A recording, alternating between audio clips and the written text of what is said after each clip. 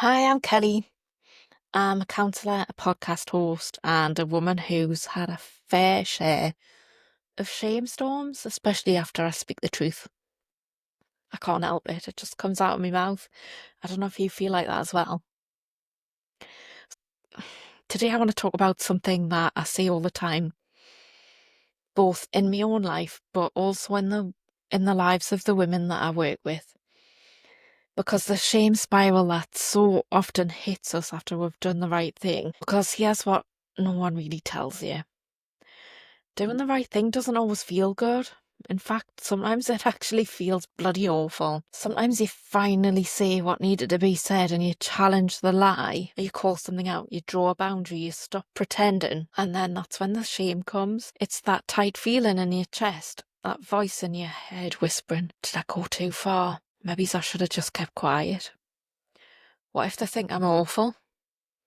Who do I think I am? Does that sound familiar?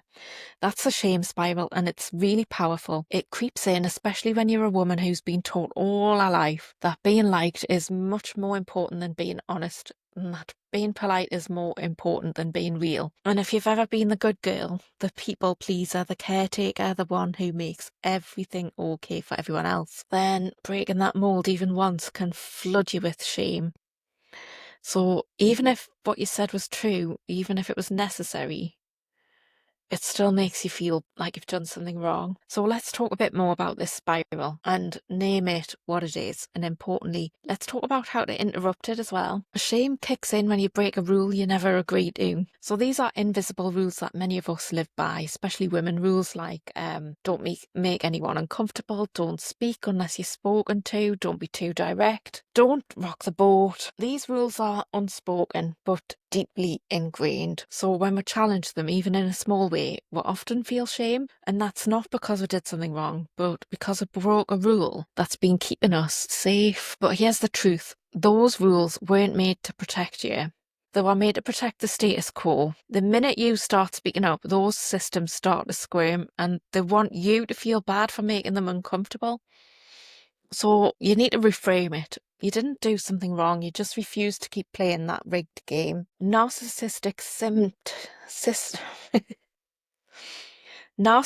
systems rely on you feeling ashamed. A lot of the women I work with have lived or worked in environments that were quite frankly just emotionally abusive. Narcissistic bosses, controlling family members, activist groups where dissent isn't allowed. When you speak up in those systems, the shame gets weaponized against you, and suddenly you're called difficult, dramatic, aggressive. Your intentions are questioned and your tone's policed, and you're not just wrong, you're bad. Now, that's no accident, because narcissistic dynamics, well, they can't survive transparency, so they don't like it when you shine a light on it.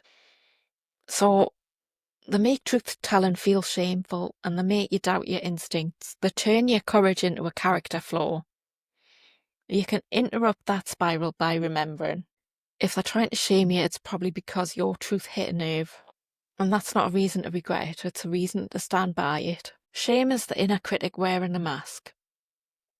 Because shame often sounds like your own voice, but it isn't really you. It's a collection of all the criticism that you've absorbed over the years. It's like a patchwork of teachers, parents, bullies, bosses, people who made you feel too much for just being yourself. And when you speak up, that inner critic, it gets really loud. Oh, you've embarrassed yourself. No one wants to hear that. You're going to regret this. But here's the thing, that voice doesn't know the truth. All it knows is fear. All it knows is how to keep you small. So try this instead. Externalize the critic. Give it a name. Picture it as a character that's separate from you and then speak back.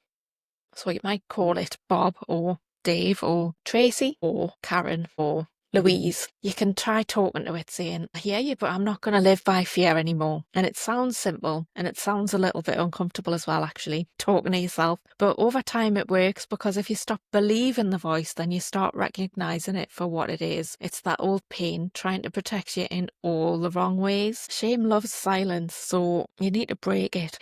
Like shame, it thrives when it's hidden. That's why it shows up so fiercely after you speak out, because it wants you to retreat, to shut up, to go back to being quiet. But the antidote to shame is often connection. It's being heard. It's telling your story to someone who doesn't flinch. It's saying this happened and I'm not going to carry the guilt for it anymore. And that's what counselling can be. It can be a place to take the story out of the dark and say, this is what I said. This is what they did. And this is how it made me feel. And hear someone saying back, well, that makes sense. Or I believe you. Or you did the right thing. That moment, that's when the shame starts to lose its grip. Your integrity is more important than their approval. Because that's what I've learned in my own life and in the lives of the women that I work with. You can do the right thing and still lose people. You can speak the truth and still get trolled. You can stand in your integrity and still feel isolated. But that doesn't mean you are wrong. It doesn't mean you should take it back. And it doesn't mean you deserve to feel ashamed. Because that's the thing, integrity often comes with a cost, but it also comes with a freedom. The freedom of knowing you didn't betray yourself. The freedom of knowing you stood up, even when your voice shook. The freedom of no longer keeping other people comfortable at your own expense. So if you're caught in the shame spiral right now, because you've spoken up and it's left you feeling raw or exposed or just afraid, then know that's a trauma response and it's not a sign that you've failed. You don't have to go through it on your own, because counselling can just give you that space to untangle what's going on, process what happened, and remember who you were before they tried to make you doubt yourself. I offer support for women who are recovering from emotional abuse, cancellation, and the crushing weight of shame after doing the right thing. If that's you, come and find us at kellyoliverdougall.co.uk. Because you're not too much, you're not broken, and you're just finally telling the truth, and that's something to be proud of.